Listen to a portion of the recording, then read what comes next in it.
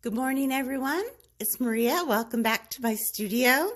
Today, I'm going to show you how to make a paintbrush.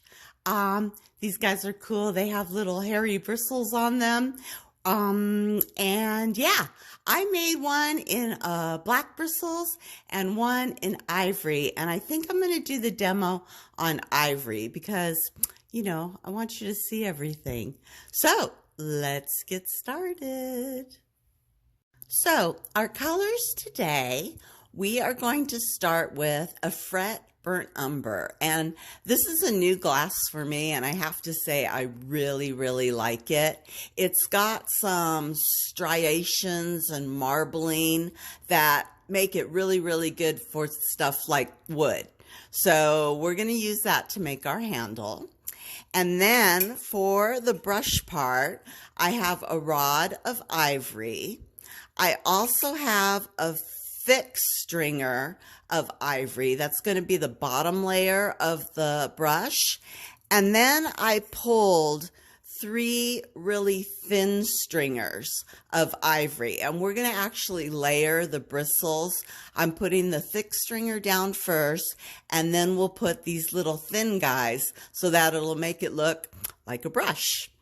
Then I got a light gray for this part of the, I don't even know what it's called, a bracket, I guess, to hold the bristles.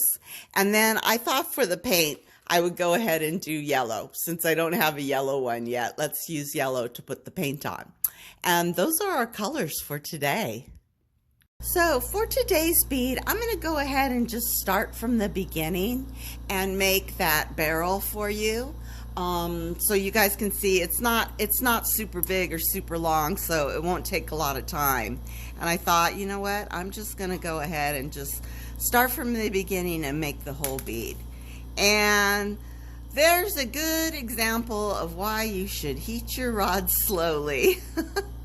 Especially these rods that are hand pulled. Yeah, they crack easy, so you want to get them nice and heated up. I had one instructor once tell me, pop it in and out of the flame 50 times. And so everyone in class was like, 1, 2, 3, 4, 5. But usually if you get it, you pop it in and out until the tippy tip glows, then you're safe. And you can pretty much know your rod's heated up, that it's not going to pop off like that. But that's just another piece of frit going in the frit jar. Okay, this is 4 wraps. And so I'm going to put my first one down, trying to get the edges there really aligned. A nice little aligned donut, so those whole edges are nice and smooth. So that's 1.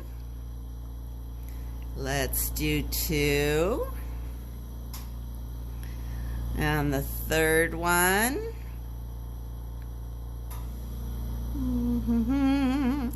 And 1 more, just for good measure. There we go. That's a handle. Okay. And I think I'm going to go ahead and fill in. There's little, I don't know, a divot, I guess. I like my handles and everything to be kind of even, and it does help when you marver stuff down. If you got enough glass on. All right, there's a little handle, just like that. Let's see, focus, a little handle. I'm going to go ahead and heat that little guy up. And then I'm just going to marver him into a barrel. I have the side of one of my rollers here that I use. I can't believe I was calculating last night. It's been 17 years, and I still don't have like a marver. Okay, we're just going to roll it just like that. There we go. A nice, smooth little barrel, just like that. Perfect. And if you have to roll it a couple times, go ahead.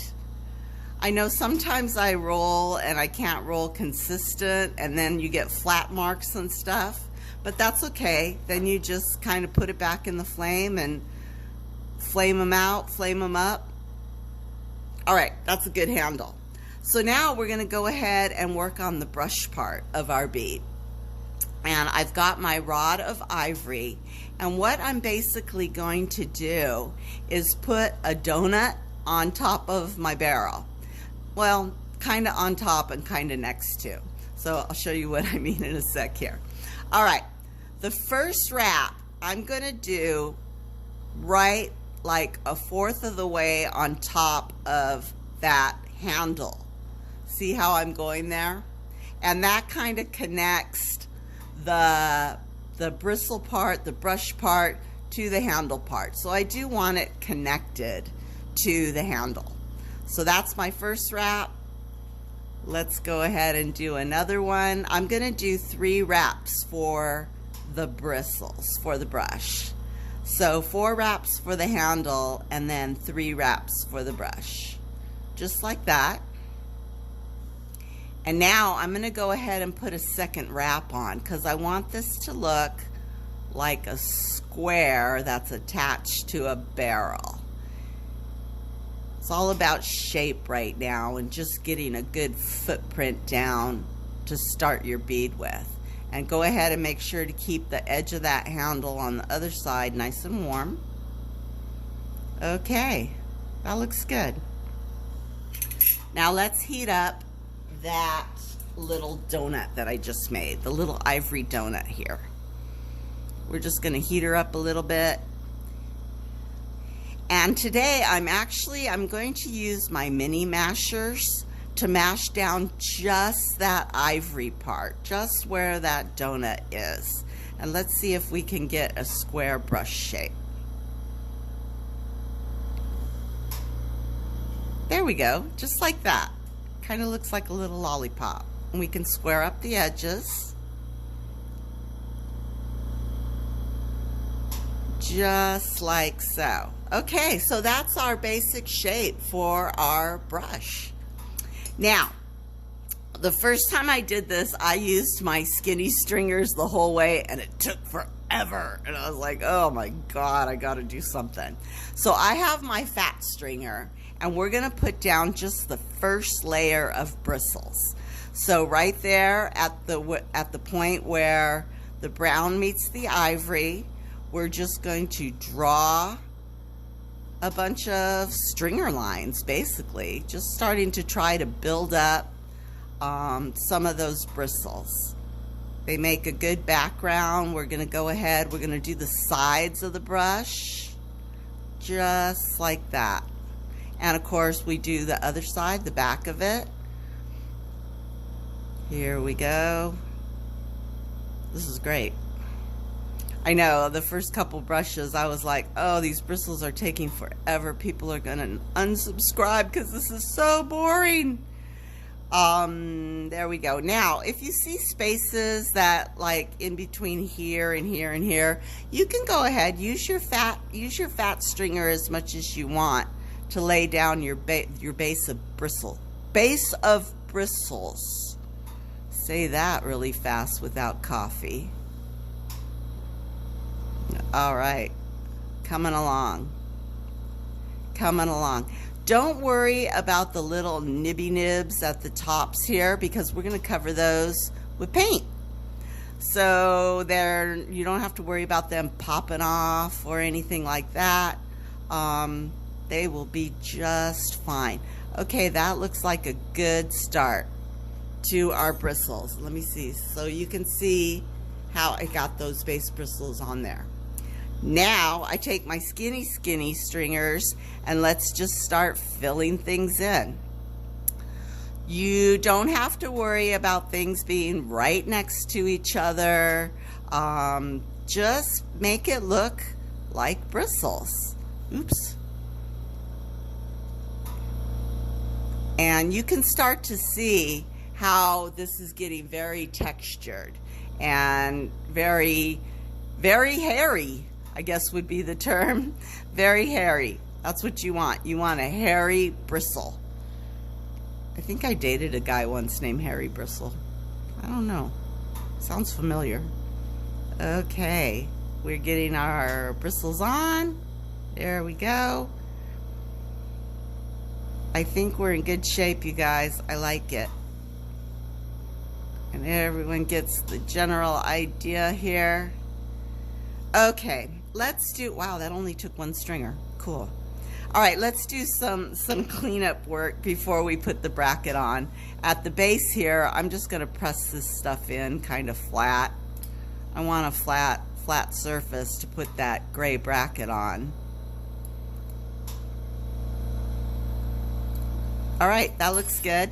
So now I got my gray, and we're just going to go ahead and make a loop-de-loop at the base of those bristles. Right there. Let's do one loop starting there.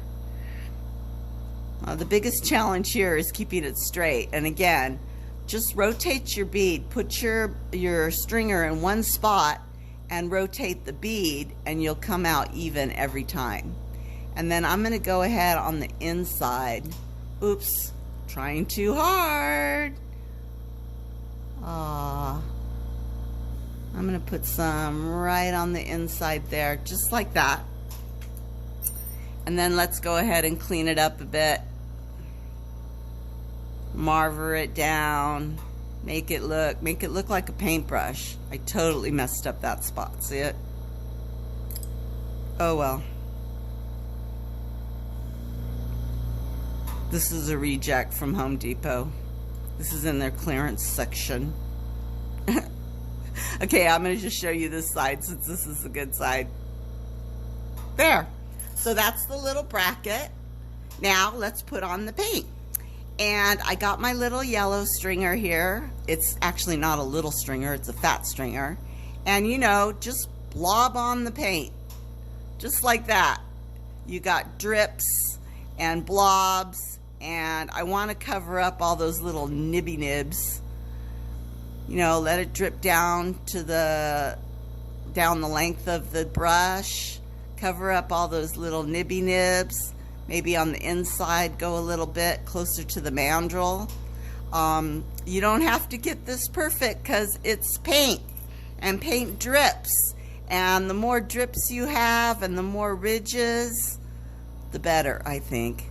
Now you do, however, have to go back in with a little marver and press things down so that they don't pop off. But as far as having little divots and creases and stuff, I just think that makes it look neat. Okay, you guys, this was a little short one, but there you go. There's a paintbrush. I hope you like it. I'm popping it in the kiln. And I will see you the next time. Have a great day. Bye.